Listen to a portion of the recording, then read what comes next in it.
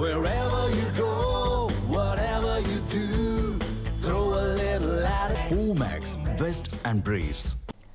அமைப்புசாரா நிறுவனங்களை MSMEயின் கீழ் கொண்டுவர நடவடிக்கை மேற்கொள்ளப்பட்டு வருவதாக அமைச்சர் மதன்ராஜ் தெரிவித்துள்ளார். சென்னையில் செய்தியாளர்களிடம் அவர் தெரிவித்த காட்சிகளை தற்போது பார்க்கலாம்.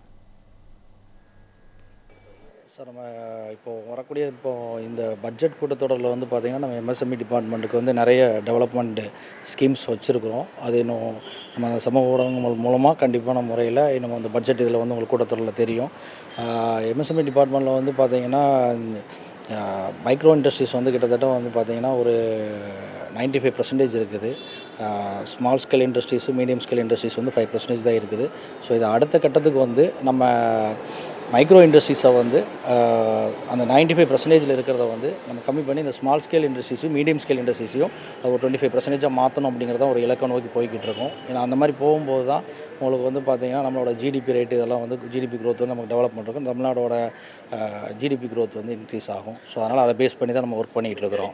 கண்டிப்பாக இந்த 2026 அப்புறமா முக்கியமாக பார்த்திங்கன்னா யூத் எம்பவர்மெண்ட்டுக்கும் நம்ம உமன் ஆண்டர்பிரனர்ஸ்க்கும் பார்த்திங்கன்னா அதிக முக்கியத்துவம் கொடுக்குறோம்.